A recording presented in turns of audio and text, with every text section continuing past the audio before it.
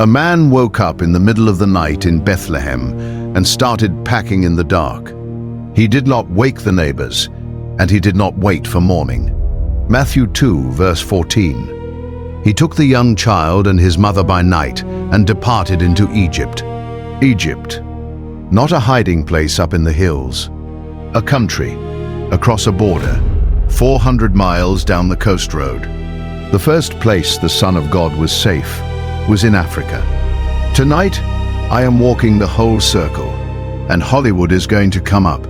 Think about what that night actually took. You are a working man with a trade and a young wife and a child who cannot walk yet.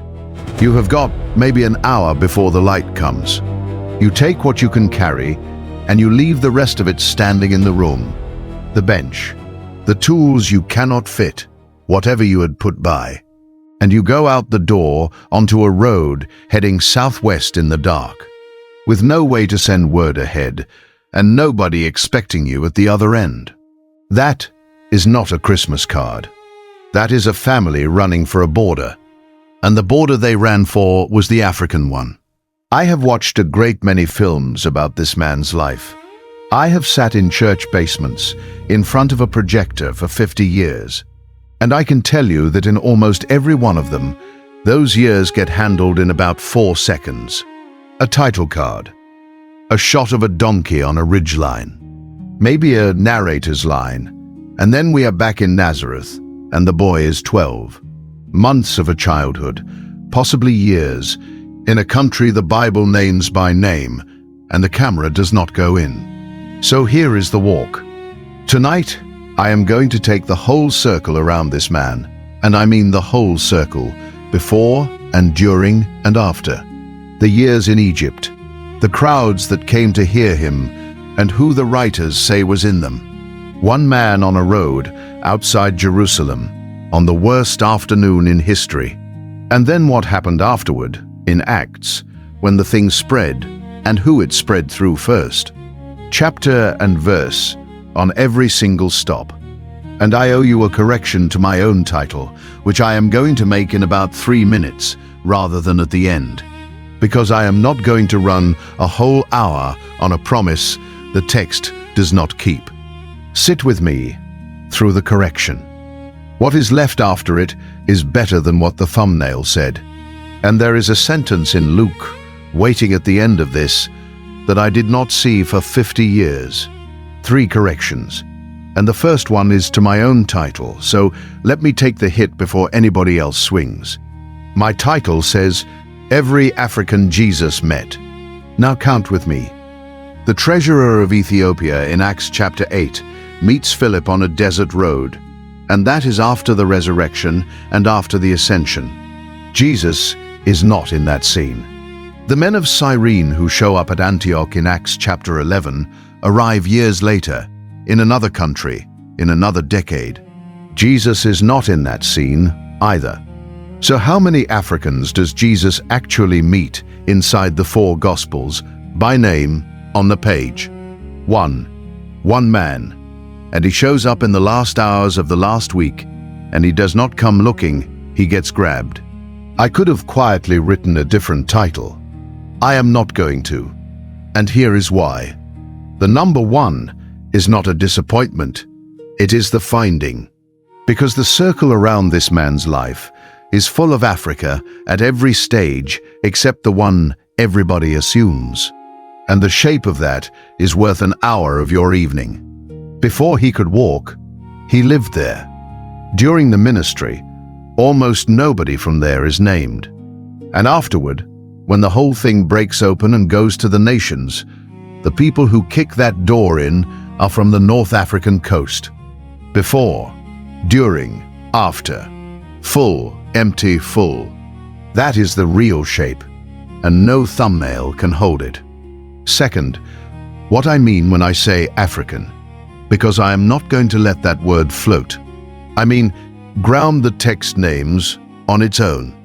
Egypt, Cyrene, Libya, Ethiopia, and Cush.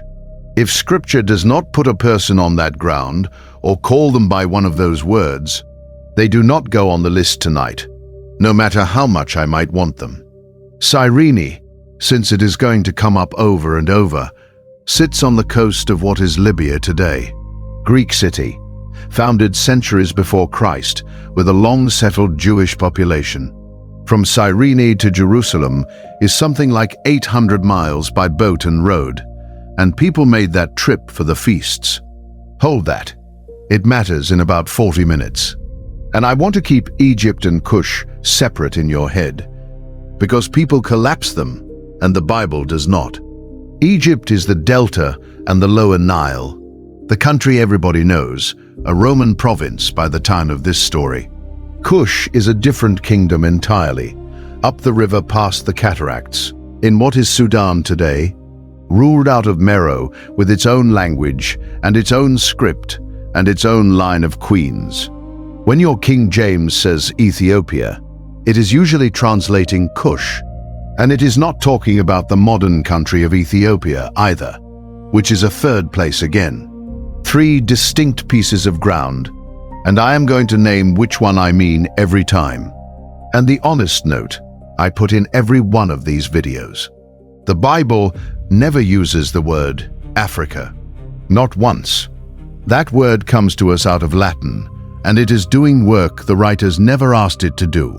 When I use it, I am using it as shorthand for the ground they named themselves, and I am not pretending they had a continent in their heads. They had rivers, roads, and neighbors. Third correction, and this one is about the other half of my title. Hollywood did not hold a meeting. Nobody sat in a room and voted to take these people out of the movies. I have no document that says that, and if anybody hands you one, ask them for the date and the names. What I can describe, and all I am going to describe, is what I personally watched on a screen. The films I saw as a boy in Birmingham. The pictures in the Sunday school papers they handed out in my mother's class. The projector in the fellowship hall. That is my evidence, and it is limited, and I am telling you its limits up front. I used to think this kind of thing was somebody's decision. For a while after I left the church in 2019, when I was reading on my own and angry about a few things, I wanted it to be a decision, because a decision has a person attached and a person can be held to it. Took me a few years to land where I am now.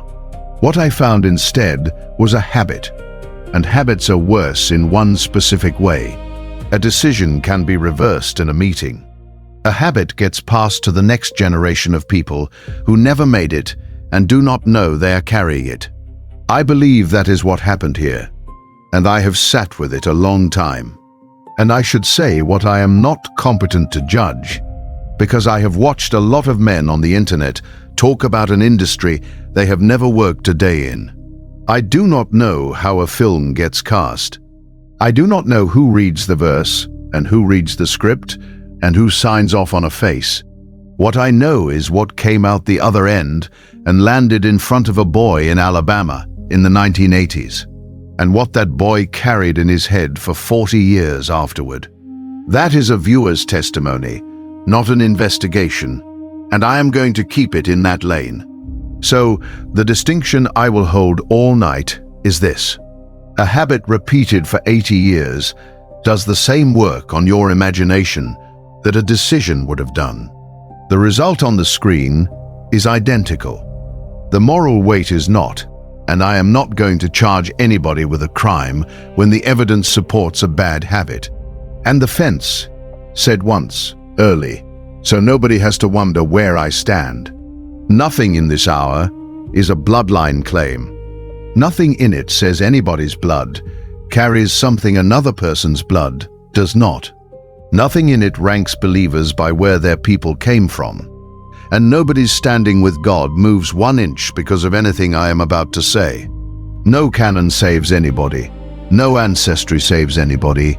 And I am not setting a date on anything. King James, unless I tell you otherwise. Here is how I read it. You may read it different, and that is fine. Check me as I go. Now back to the road in the dark, and this time we read the chapter whole. Matthew chapter 2. Verse 13. And when they were departed, behold, the angel of the Lord appeareth to Joseph in a dream, saying, Arise, and take the young child and his mother, and flee into Egypt, and be thou there until I bring thee word. For Herod will seek the young child to destroy him. Verse 14. When he arose, he took the young child and his mother by night, and departed into Egypt. Verse 15. And was there until the death of Herod. Read the verbs. Arise, take, flee, be thou there. Those are the instructions you give somebody who has to move now. And Joseph does not argue, does not ask for details, does not wait until the morning to talk it over. He arose. He took. He departed. 3 verbs in 1 verse, and the family is gone before the light.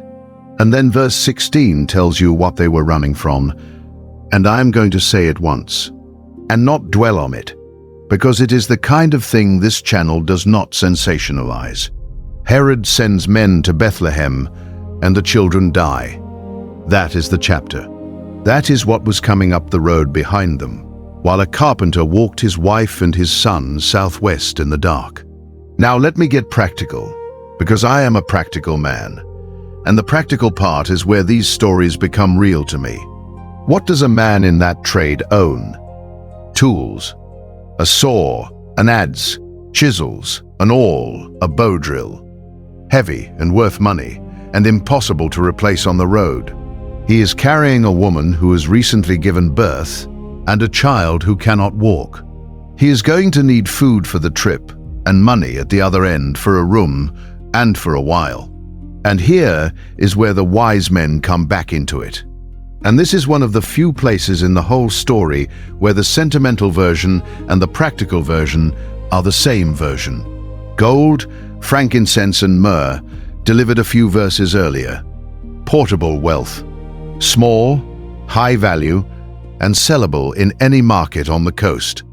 Whatever else those gifts were, they were also travel money, and they arrived immediately before the family needed travel money. I do not think Matthew put those 2 paragraphs next to each other by accident. How far? From Bethlehem down through Hebron and out to Gaza, then the coast road west. The road armies had been using in both directions for 2,000 years. Depending on where in Egypt they stopped, you are talking about 250 to 400 miles. On foot with a donkey, a family covers maybe 15 miles on a good day and less with an infant. So do the arithmetic. That is somewhere between 2 and 4 weeks of walking, sleeping rough, or paying for a corner of somebody's floor.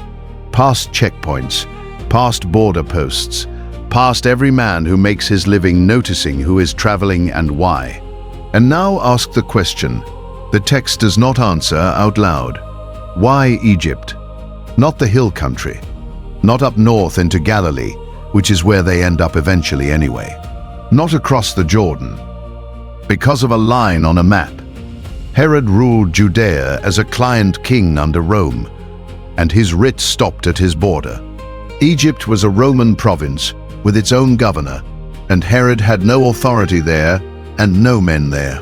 So the family is not just running away, they are running to a specific jurisdiction where the man hunting them cannot legally reach. That is not a spiritual detail. That is the same calculation people have made at borders for as long as there have been borders, and Joseph made it in the dark with a dream to go on.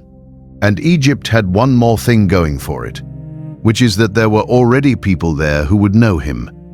Not friends necessarily, but a community, which is where we are headed next. 2 to 4 weeks. In every film I have seen, it is one dissolve. How long were they there? The text gives you one marker and no more. Verse 15. And was there until the death of Herod. Herod dies, and historians put that around the year 4 before the Common Era, off the eclipse Josephus mentions and the events he sets around it.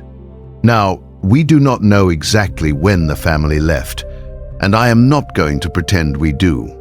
What the text gives you is a window with one end open, months at the very least, possibly 2 or 3 years, depending how you read the timing of the wise men and how old the child was when Herod acted. I want to stop on that and be straight with you, because this is where a man could make something up and nobody would catch him. I have watched videos give you a confident number of years in Egypt. There is no confident number. Anybody who hands you one is telling you more than Matthew told him. What I will say is this: it was long enough for the writer to bother mentioning it, long enough to need a second dream to come home, and long enough that if it happened in your family, you would call it the time we lived in Egypt for the rest of your life. Now, where would they have gone? And here the history is a great deal richer than most people expect, and none of it is speculation. Egypt held one of the largest Jewish populations anywhere in the world at that time. Not a handful of exiles. A community with generations behind it, centered on Alexandria, with its own quarter of the city, its own synagogues, its own leaders. Josephus, writing in the same century, describes a Jewish population there in the hundreds of thousands. There were older settlements further south too, going back centuries before that. And here is the piece that ought to stop you if you have never heard it. That community is the reason you can read the Old Testament in Greek. The translation we call the Septuagint was made in Egypt, in Alexandria, by Jewish scholars, generations before Christ. And when the New Testament writers quote the Old Testament, a great deal of the time they are quoting that Egyptian translation rather than the Hebrew. Read that 3 times. I will wait.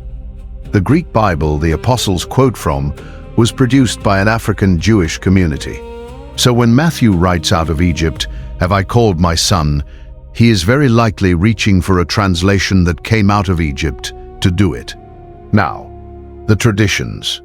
The Egyptian church, the Coptic church, has kept detailed traditions for many centuries about exactly where the family went, which towns they passed through, where they stayed, where the water came up. There is a whole pilgrimage route associated with it. Millions of Christians hold that history dear, and I have no interest in sneering at it from a chair in Atlanta. But I have to label it correctly, the way I do every time. That is tradition, written down long after the fact, and it is not chapter and verse. It goes on its own line in my notes, honestly marked, and it does not get promoted into the column where the citations live. Here is how I read it. You may read it different. That is all right. What I will not do is skip past the plain thing while everybody argues about the details. Whatever town, however long, the fact stands in the text in one sentence. The family of Jesus were refugees in Africa, sheltered by an African country, most likely among an African Jewish community. And the record of it is in the 2nd chapter of the 1st Gospel, where anybody can read it. And then verse 15 tells you what Matthew makes of the whole business, that it might be fulfilled which was spoken of the Lord by the prophet, saying, "Out of Egypt have I called my son." That line is lifted out of Hosea chapter 11 verse 1. And in Hosea, it is not about a child at all. It is about the nation. When Israel was a child, then I loved him and called my son out of Egypt. That is the Exodus. That is the whole people coming up out of that country under Moses. So watch what Matthew is doing. He takes a verse about a nation and lays it over one boy, which means he is telling you on purpose in his 2nd chapter that this life is going to rhyme with his people's life. And the first rhyme he picks, before the ministry, before the miracles, before anything else in the book, is that both of them come up out of Africa. Sit with that a second. That is not my reading laid over the page. That is Matthew's own footnote. Now the hard part of the evening, and I am going to do it honestly, even though it makes my own video shorter. The ministry starts. 30 years old, out of the water at the Jordan, into Galilee, and the crowds start coming. So who is in those crowds? The gospel writers actually tell you, more than once, and they tell you by geography. Matthew chapter 4, verse 25. And there followed him great multitudes of people from Galilee, and from Decapolis, and from Jerusalem, and from Judea, and from beyond Jordan. 5 regions named. Mark chapter 3, verse 8 goes further and gives you 7. And from Judea, and from Jerusalem, and from Idumea, and from beyond Jordan, and they about Tyre and Sidon, a great multitude, when they had heard what great things he did, came unto him. Now read those 2 lists again, and tell me what is not on them. No Egypt, no Cyrene, no Ethiopia, no Cush. Not one of the places we have been talking about appears in either crowd list. And I am not going to squint at Idumea and try to make it work, because Idumea is south of Judea, and it is not African ground. I could skip those 2 verses. Plenty of people would.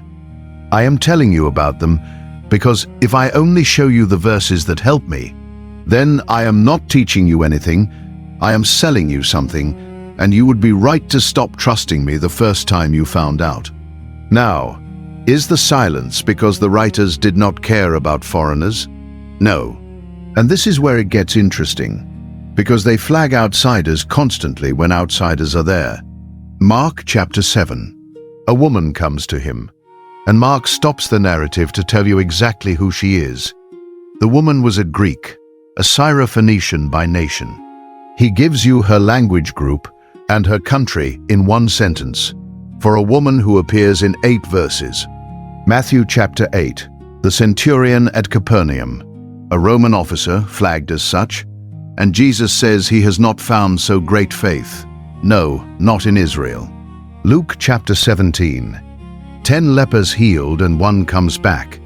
And Luke's whole point is in the words, and he was a Samaritan. And Jesus himself does it in his first recorded sermon. Luke chapter 4. In the synagogue at Nazareth, he brings up the widow at Zarephath in the land of Sidon and Naaman the Syrian, 2 foreigners out of the old stories, and points out that the prophets were sent to them and not to Israel. The room tries to throw him off a cliff for it. So outsiders are not a blind spot in this material. They are a theme, and everybody in that synagogue understood exactly what he was doing. So the writers name outsiders. They name them precisely, by nation, by language, sometimes by rank, which means the gap in the African column is not a rule about not naming foreigners. It is just a gap. And John chapter 12 verse 20 is the one that shows you how close it came. And there were certain Greeks among them that came up to worship at the feast. The same came therefore to Philip and desired him, saying, Sir, we would see Jesus. Foreigners at the feast, asking for an audience by name of nation, not African. But it tells you the feast crowd in Jerusalem was full of people from everywhere, which is exactly the kind of crowd our one man will be walking into in a few chapters. Here is my read on the empty column, and it is only mine. I think we make a mistake when we treat an absence in the Gospels as a verdict. The ministry ran about 3 years, mostly inside one small province, on foot. Most of the world never met him during it. China never met him. Britain never met him. My own people, wherever exactly they were in West Africa in that century, never met him. And none of that is a statement about who matters. I used to feel a kind of ache at gaps like this, back when I was reading alone and looking for my own face in every chapter. Where I have landed is different. The circle around a man's life is small. The circle around what he started is not. And that is the part of the book where the door opens. And there is one more thing in this stretch that I nearly left out, and it is the closest Africa gets to the ministry before the last week. It does not come from the crowd. It comes out of his own mouth. Matthew chapter 12, verse 42. The queen of the south shall rise up in the judgment with this generation, and shall condemn it. For she came from the uttermost parts of the earth to hear the wisdom of Solomon. And behold, a greater than Solomon is here. He is being pestered for a sign by men who have already made up their minds. And the example he reaches for is a foreign queen from the south who traveled a very long way on a rumor about wisdom. Now, I have to be careful with Sheba, and I always am.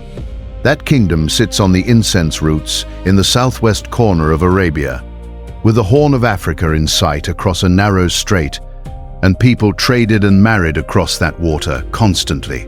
It is a real connection, and it is not a clean citation, so she does not go in my column. But hear what happened anyway.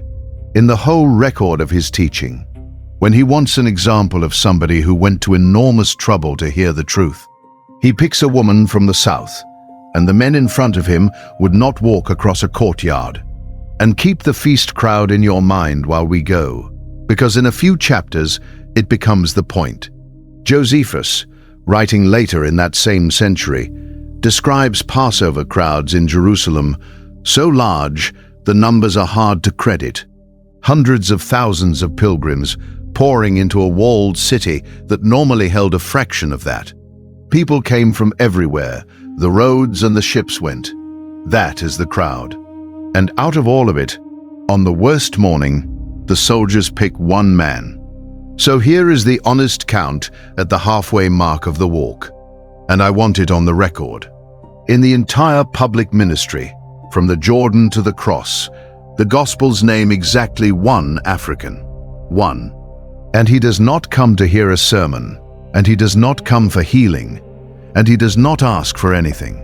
He is walking into the city on a feast morning, and a soldier picks him out of the crowd. If you are still with me, comment the word circle and tell me whether you have ever heard this counted honestly, empty column and all. I would rather have 500 people who trust the count than 50,000 who repeat a number I inflated. Now hold your place, because that one man is coming, and he is in 3 of the 4 Gospels. And one of those 3 puts 4 words after his name that took me 50 years to notice. Before we get to the road, one question almost nobody asks. What was a man from the North African coast doing in Jerusalem in the first place? He was not lost. He was not passing through on business. And the answer is, sitting a few chapters later, in a book most people never connect to this scene. Acts chapter 6 verse 9. There arose certain of the synagogue, which is called the synagogue of the Libertines, and Cyrenians, and Alexandrians, and of them of Cilicia and of Asia, disputing with Stephen. Read that slowly. There was a synagogue in Jerusalem associated with Cyrenians and Alexandrians, a congregation, a building, or at least a regular gathering for people from the North African coast who were living in or passing through that city. That verse is describing a community with an address. So Simon is not a curiosity who wandered into the frame. He belongs to a population that had been coming to that city for generations, that had its own place to meet when it got there. And that was substantial enough for Luke to name it without explaining it, the way you would say the Baptist Church on 3rd Street. Now, Cyrene itself, because the place deserves 30 seconds. It sat on the coast of what is Libya today, up on a green shelf above the sea, where the rain actually falls, which in that part of the world is worth more than gold. A Greek colony from centuries before Christ. It grew rich, partly on a plant it exported that grew nowhere else, and it was famous enough that people put its image on coins. And it had a long-settled Jewish population, which is how a Jewish man named Simon comes to be from there, and to be walking into Jerusalem for the feast. 800 miles, give or take, depending on whether you go by ship along the coast or overland through Egypt. A pilgrimage of weeks. You did not do that trip casually, and you did not do it often. For a lot of men, it was once in a lifetime. Hold that in your hand while we read what happens to him. This man saved, planned, traveled for weeks, and arrived in the holy city for the greatest week of the religious year. And what he got was a soldier's hand on his arm and the worst hour of his life. Now the three accounts. And it matters that there are three, so let me read them and let you hear what each writer kept. Matthew chapter 27, verse 32. And as they came out, they found a man of Cyrene, Simon by name. Him they compelled to bear his cross. Matthew leads with the city. A man of Cyrene, and then his name second. Mark chapter 15, verse 21. And they compel one Simon, a Cyrenian, who passed by, coming out of the country, the father of Alexander and Rufus, to bear his cross.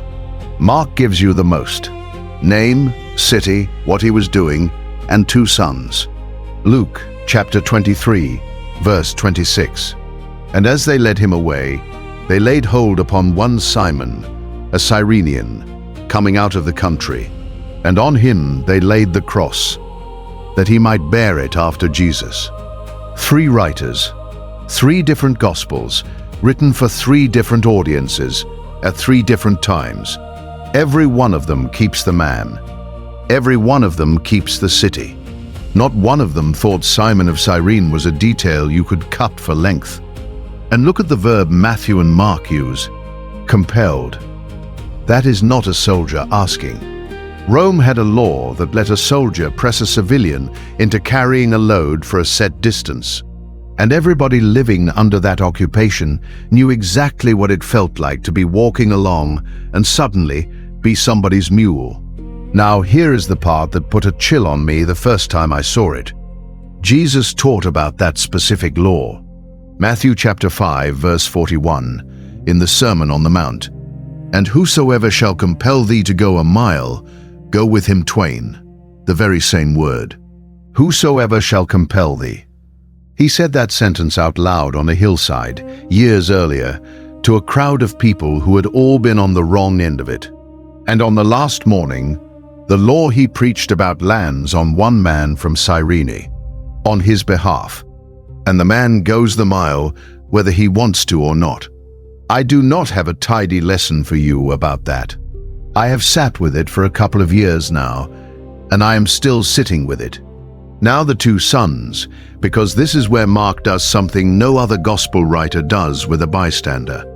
Mark chapter 15, verse 21. Again, the father of Alexander and Rufus. Stop there. Why would you tell me that? The man is in the scene for one sentence. He carries a beam up a hill, and he is gone from the narrative. And Mark stops to give you the names of his two grown children. There is only one good reason a writer does that, and it is the same reason a man at a funeral says, "You know him, he is Ruth's boy." He is pointing at somebody the room already knows. Mark's first readers could apparently turn to each other and say, "Alexander and Rufus," and everybody would know who was meant, which means those two men were known in that church. Which means, if you follow it one more step, that the family of the man who carried that cross ended up inside the community that formed afterward. And then there is Romans chapter 16, verse 13. Paul is closing the letter with a long list of greetings, name after name, and in the middle of it, "Salute Rufus, chosen in the Lord, and his mother and mine." Rufus, chosen in the Lord, and his mother, whom Paul calls his own mother, which is about as warm as that man ever gets with anybody in writing. Is that the same Rufus? I want to be very straight with you here, because this is exactly the kind of place where a video like mine can go wrong. I do not know. Rufus was a common name in the Roman world. Mark is generally thought to have been written with a Roman audience in mind, and Paul is writing to Rome, and Mark names a Rufus, and Paul greets a Rufus in that city, and those three facts sit next to each other in a way that has made careful readers wonder for a very long time. But wondering is not knowing. I would like it to be true. I would like it a great deal. And that is precisely why I have to tell you I cannot prove it. The day I start handing you the things I want to be true, as though they were findings, is the day this channel stops being worth your evening. Here is how I read it. You may read it different, and that is all right. Now the 4 words. This is the one I have been holding since the first minute of this video. Luke chapter 23, verse 26. And as they led him away, they laid hold upon one Simon, a Cyrenian, coming out of the country, and on him they laid the cross, that he might bear it after Jesus. That he might bear it after Jesus. Matthew does not have that clause. Mark does not have it. Luke put it there, and Luke is the careful one, the one who says in his first chapter that he traced everything from the beginning in order.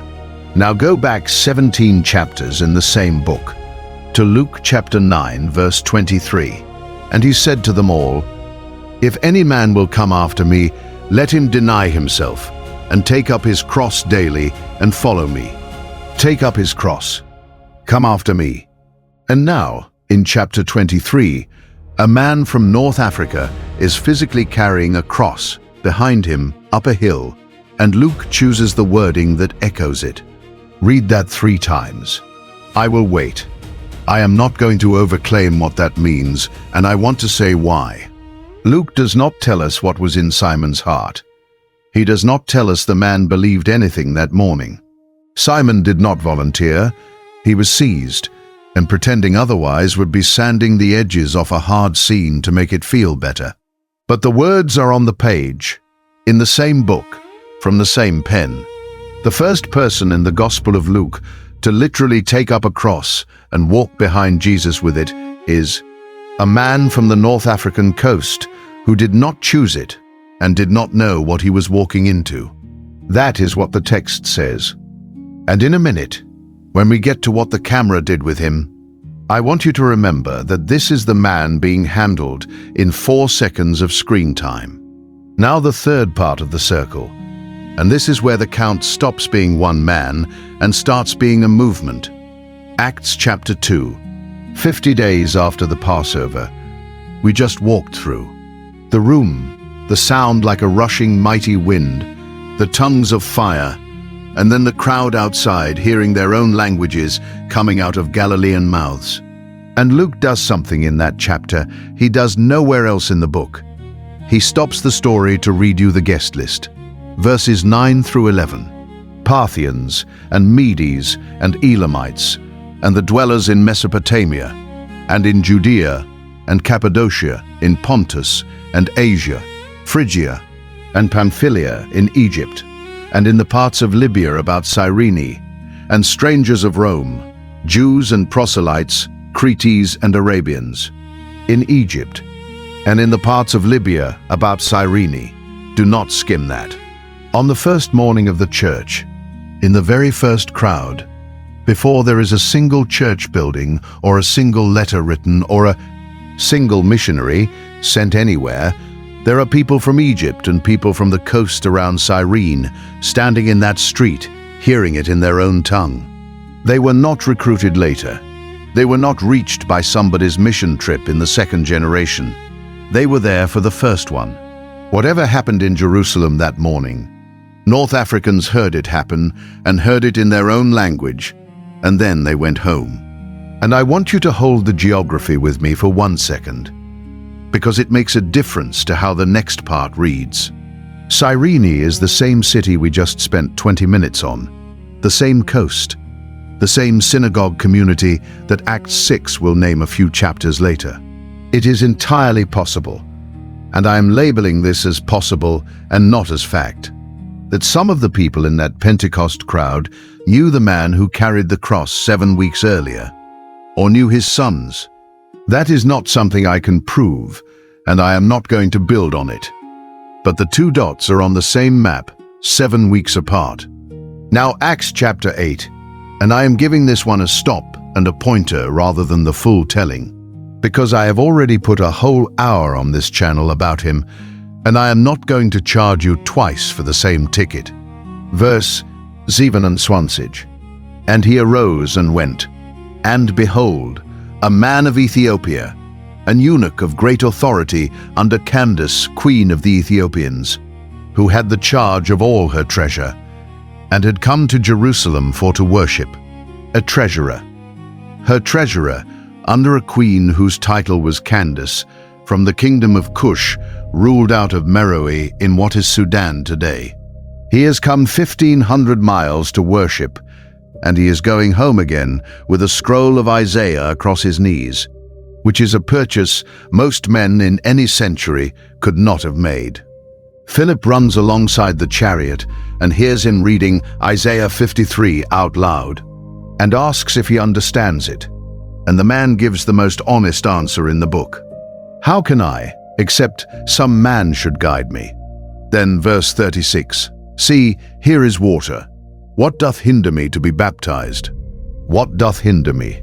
He is a foreigner, he is a eunuch, and Deuteronomy 23 had hard words about men like him at the assembly. He had just come from a temple with courts he was not permitted to enter. He has every reason to expect the answer to be, plenty hinders you. And the answer is nothing. They go down into the water, and verse 39 says, he went on his way rejoicing. And where is his way? South. Home. Back to Meroe. Back to her court, back to a treasury, carrying what he just heard into a kingdom nobody from Jerusalem had ever set foot in. Now, Antioch. And if you take one piece of history out of this whole hour, I would like it to be this one, because it is the least known and it is the largest. Acts chapter 11, verse 19. Now they which were scattered abroad upon the persecution that arose about Stephen travelled as far as Phoenice, and Cyprus, and Antioch, preaching the word to none but unto the Jews only. That is the situation. The believers have scattered after Stephen was killed. They are preaching, and they are preaching only to their own. Nobody has crossed the line yet. Peter's vision and Cornelius happen in chapter 10, and that is God moving one apostle to one household, and it matters, and it is not what happens next. Verse 20, and some of them were men of Cyprus and Cyrene, which when they were come to Antioch, spake unto the Grecians, preaching the Lord Jesus. Men of Cyprus and Cyrene. Cyrene again, that coast again. And what did they do? They walked into the third largest city in the Roman Empire, and they opened their mouths to people who were not Jews. Nobody sent them. No council authorized it. No apostle is in the room. They did it because they were there and they could not help it. Verse 21, and the hand of the Lord was with them, and a great number believed and turned unto the Lord. Now follow what that congregation becomes. Barnabas gets sent up to look at it. Barnabas goes and fetches Saul out of Tarsus, where he has been sitting for years, doing nothing much that we know of, and brings him to Antioch. They teach there a year. Verse 26 says the disciples were called Christians first in Antioch. And then in chapter 13, that same church lays hands on Barnabas and Saul and sends them out. And every single missionary journey in the rest of the book starts from that base. So trace the line backward. Every letter Paul wrote, every church he planted, every European city that got the message in that century. All of it runs back through the church at Antioch. And the church at Antioch starts in verse 20, when some unnamed men from Cyprus and Cyrene decided to talk to Greeks. I need to stop and tell you what that verse did to me, because I have been sitting on it for about 3 years, and it rearranged something. I led worship for 14 years, and I could not tell you the number of missions Sundays I stood through. The picture was always the same. The gospel starts in Jerusalem, comes to Europe, and then Europe carries it out to everybody else. That was the map in my head, and nobody put it there on purpose. Then I read Acts 11 slowly, at my kitchen table in Atlanta, in that stretch after 2019, when I was reading alone with nobody checking me. And I got to verse 20, and I put the book down. The first people to deliberately take this thing across the line were from the African coast, and Luke does not even give us their names. My mother would have read that verse and gone quiet. I get that now. Everything I had been taught was a highlight reel that started 1 chapter too late, and 2 more before we closed the book, both of them in passing, both of them in Luke's own writing. Acts chapter 13, verse 1. Now there were in the church that was at Antioch certain prophets and teachers, as Barnabas, and Simeon that was called Niger, and Lucius of Cyrene, and Manaen, and Saul. That is the leadership roster of the church that launches everything, and there are 5 men on it. Lucius of Cyrene is one of them, named by his city, that same coast for the 3rd time tonight, and Simeon that was called Niger. Now, Niger is a Latin word, and it means black, and I am going to handle that the way I handle everything else here. A nickname is not a passport. It may point where a lot of people think it points.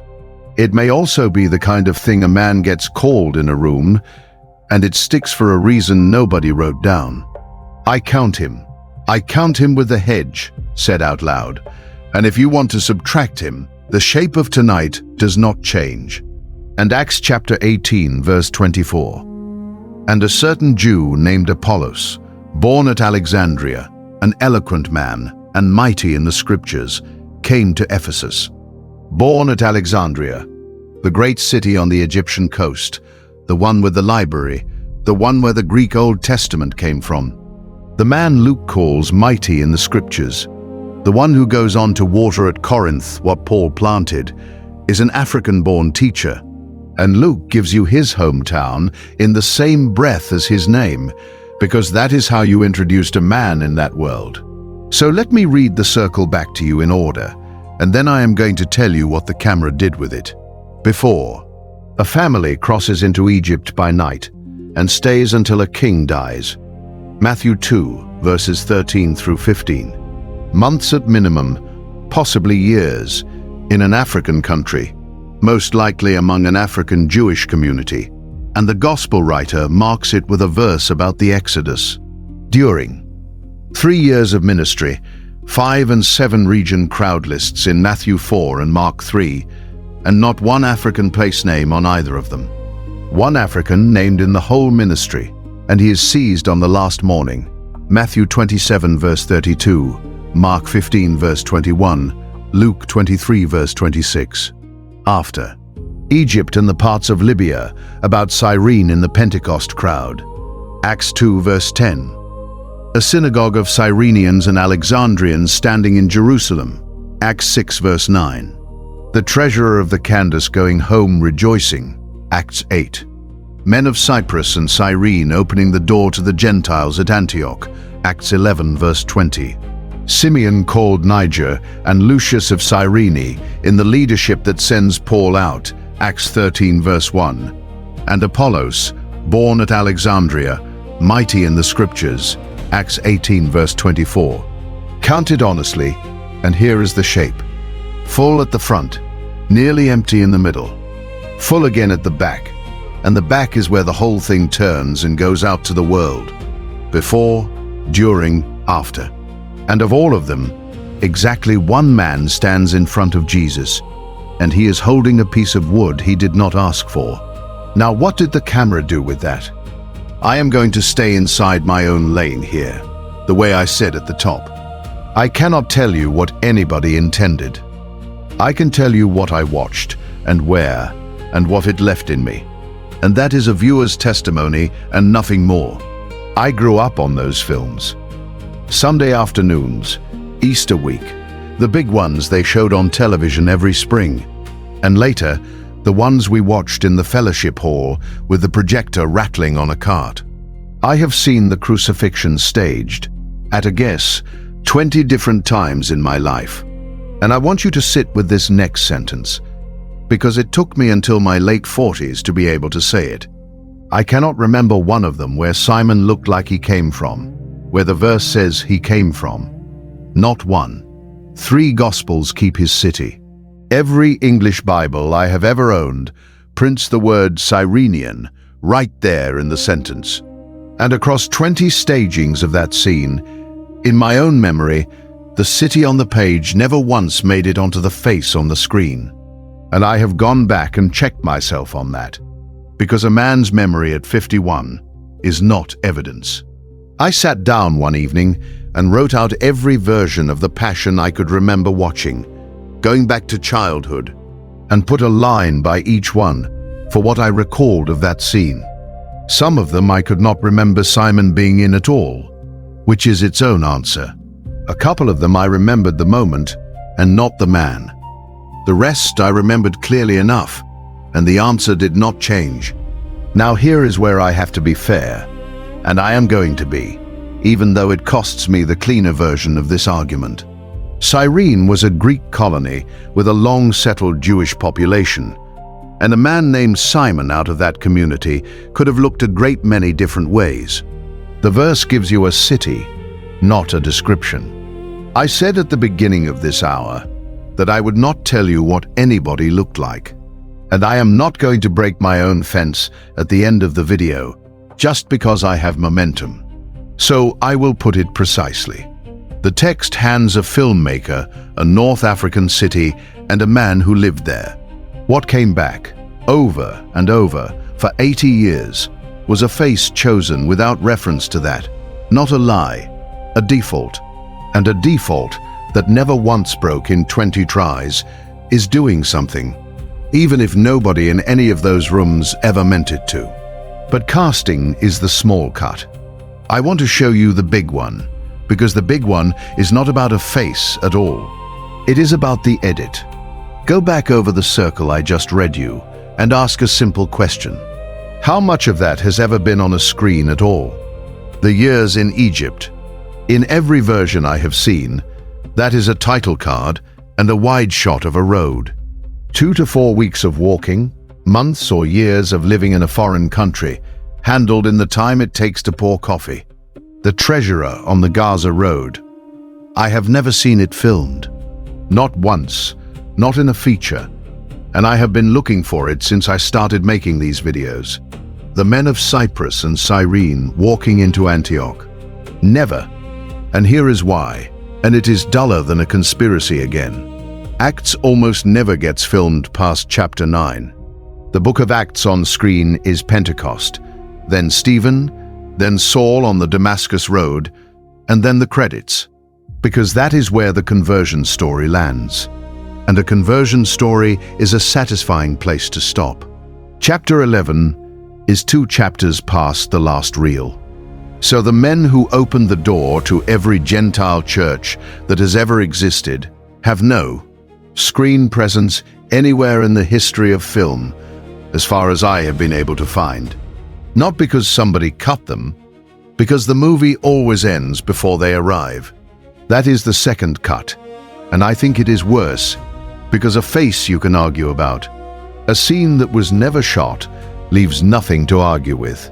And when I add up the running time this whole circle has ever gotten, before, during and after, in 80 years of Bible films, I do not think it comes to 5 minutes.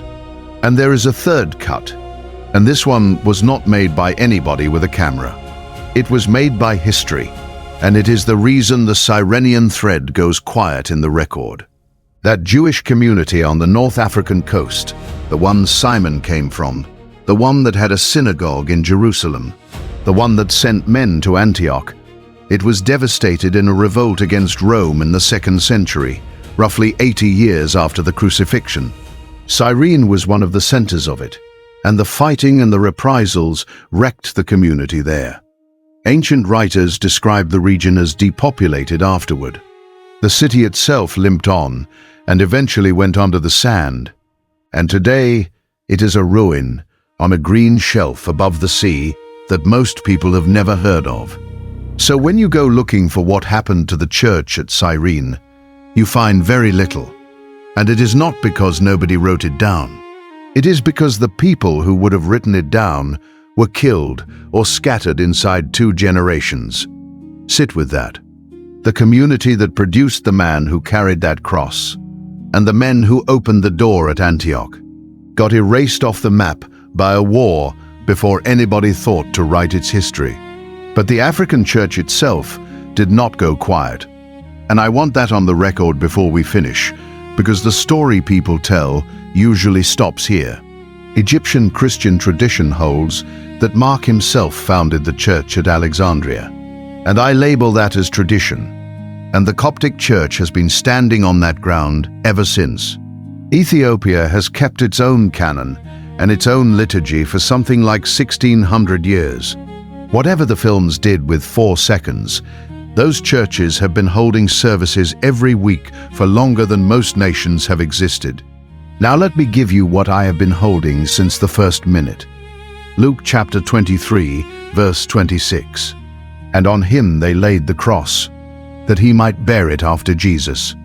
4 words at the end of a sentence. That he might bear it after Jesus. Matthew does not have them. Mark does not have them. Luke, the careful one, the one who says in his opening lines that he traced it all out in order, put them there. And 17 chapters earlier in the same book, Luke chapter 9, verse 23. If any man will come after me, let him deny himself, and take up his cross daily, and follow me. Take up his cross, come after me. Then, at the end of the same book, by the same writer, on him they laid the cross, that he might bear it after Jesus. I am not going to tell you what Simon believed. Luke does not say, and I would be making it up. I am not going to tell you he volunteered, because he did not. He was seized under a law that let a soldier press any man on the road.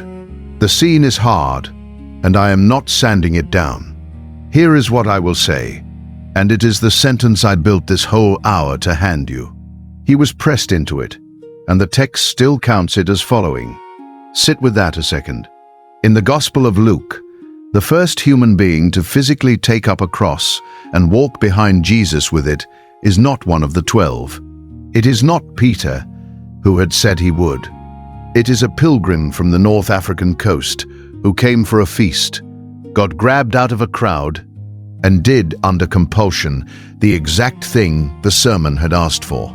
And that man gets 4 seconds of screen time. Now, let me close the fence I opened at the beginning, because I said I would, and because it matters more than the rest of it. None of this makes anybody chosen. Nothing tonight said that anybody's line carries something another line does not, and nothing tonight moved one soul closer to God than another soul.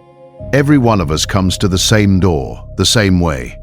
And if this hour has given you a reason to feel ahead of your neighbor in any line, then I have failed, and you should turn it off and go read Luke 23 for yourself.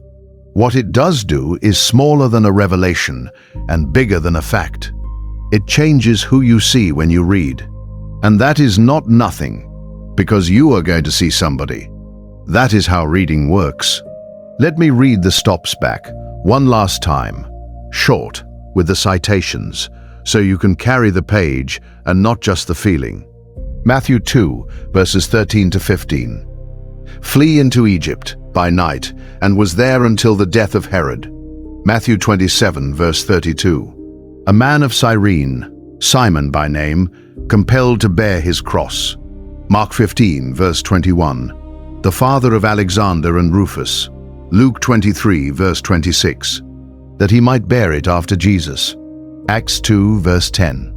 In Egypt and in the parts of Libya about Cyrene. Acts 6, verse 9. The synagogue of the Libertines and Cyrenians and Alexandrians. Acts 8, verse 27. A eunuch of great authority under Candace, queen of the Ethiopians. Acts 11, verse 20. Men of Cyprus and Cyrene, which spake unto the Grecians. Acts 13, verse 1. Simeon that was called Niger, and Lucius of Cyrene. Acts 18, verse 24. Apollos, born at Alexandria, mighty in the Scriptures. 10 citations, 4 books, and a span of about 60 years from a family crossinger. Border in the dark to a teacher out of Alexandria, correcting people's theology in Ephesus. And if you want one number to hold on to, hold this one. In the 4 Gospels, the count of Africans who meet Jesus face to face is 1. In the book of Acts, the count of Africans and North Africans who show up doing something that shapes the whole future of the church is at least 6. And that is before you add the crowd at Pentecost, which Luke does not number. 1 during, 6 after, That is what happens when a door opens. And the corrected title, said one final time in its accurate form, because I owe you that after using the loud one for an hour. Not every African Jesus met. One African met Jesus, and Africa was in the room before he was born and in the front of the line after he left. If you are still with me at this hour, let me say the honest part across the table. I did not come to this looking for comfort, and I did not find much. What I found was a man who got grabbed on the worst morning of his life and did a holy thing without meaning to and without being thanked for it, and then spent 2,000 years getting 4 seconds on film. I have thought about that more than is probably healthy. I led worship for 14 years, and I know what it is to do the work in the back while somebody else stands in the light. And I am not going to pretend that is the same thing, because it is not. But something in that verse sat down next to me the first time I really read it, and it has not gotten up since. I believe that is what Scripture does when you slow down in the joints, instead of running the highlights. And here is what I will still not say, even now, with all of it on the table. I will not tell you anybody's ancestry saves them or ranks them. I will not tell you what one person in this hour looked like, because the text does not tell me, and I said at the start, I would not invent it. I will not name a living person or a company as the villain of the casting story, because I do not have the evidence, and a bad habit is not a crime. And I will not set a date on anything, ever, on this channel. What I have given you tonight is one telling. Scripture invites us into the story, and this is my way through it after a lot of years. And the text is deeper than any retelling can hold, mine included. I quoted the King James, unless I said otherwise. Every time I use something outside the Bible, Josephus on the crowds, the Coptic traditions about the root, the history of Cyrene, I said out loud that it came from outside, so you always knew which was which. Where I could not prove a thing I wanted to be true, and Rufus in Romans 16 is the place, I told you I could not prove it. And I want to leave you with the thing that actually changed for me, because it was not information. I have known most of these verses my whole life. The change was that I stopped reading the joints as filler. Every one of tonight's stops is in a joint. A flight in chapter 2 before the story starts. A bystander in one sentence on the way to the hill. A guest list. A synagogue named in passing during somebody else's argument. A hometown attached to a teacher's name. None of them are the plot. All of them are load-bearing, and the whole shape of the circle only shows up when you stop skimming the connective tissue. That is a habit you can pick up tonight, and it costs nothing. When the text pauses to tell you where somebody is from, slow down. When it lists places, read the list out loud instead of letting your eyes slide to the end of it. When it names a man's sons for no apparent reason, ask who was supposed to recognize those names. That is the whole method. There is no secret to it, and I am not selling one. So here is the reading for this week, and it is 2 chapters. Luke 23, the whole thing, and stop on verse 26 and read it twice. Then Acts 11, the whole thing, and stop on verse 20. Watch for the 2 phrases I gave you. After Jesus, in the first one. Men of Cyprus and Cyrene, in the second. 20 minutes, and you will never read either chapter the same way again. And let me say something over you before I put this down. If you have ever carried something heavy that you did not choose, on a day you did not plan, for reasons nobody explained to you, and nobody ever said your name afterward, then Luke 23 verse 26 is closer to you than any sermon I could preach on it. May God count what you carried, the way that verse counts what Simon carried. May He give you fresh eyes for a page you have read 100 times. And may He do that for everybody hearing this, in every house and in every nation, because a blessing that only covers some of us is not one I know how to pray. Amen. One more thing before I turn this lamp off.